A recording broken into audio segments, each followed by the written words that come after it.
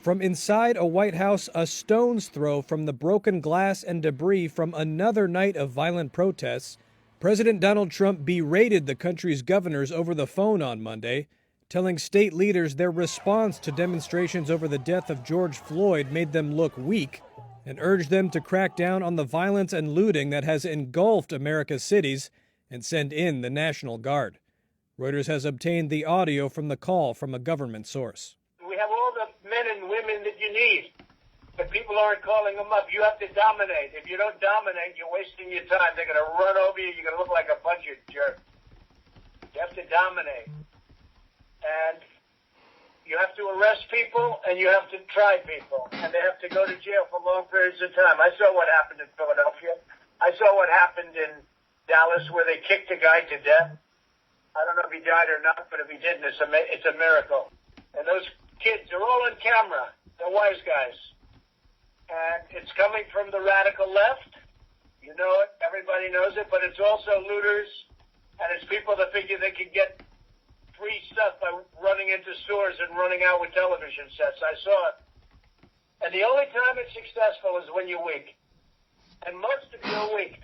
Near the end of that call, Democratic Governor J.B. Pritzker of Illinois told Trump that his rhetoric was making a volatile situation worse.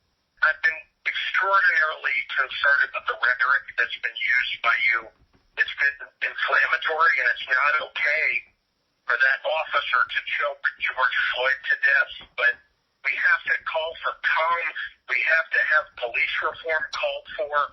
We called out our National Guard and our state police, but the rhetoric that's coming out of the White House is making it worse.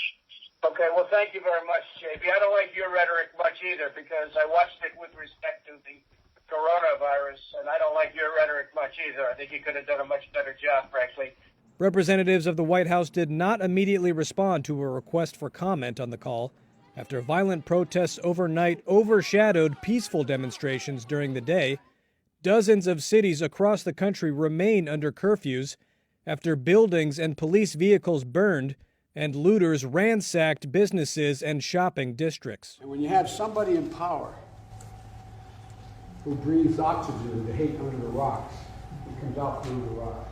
Meanwhile, presumptive Democratic presidential nominee Joe Biden promised black community leaders in a Delaware church on Monday that he'd create a police oversight board within his first 100 days in the White House. And former President Barack Obama condemned the violence and looting at protests in an essay on Medium, calling for political solutions to diffuse the tension.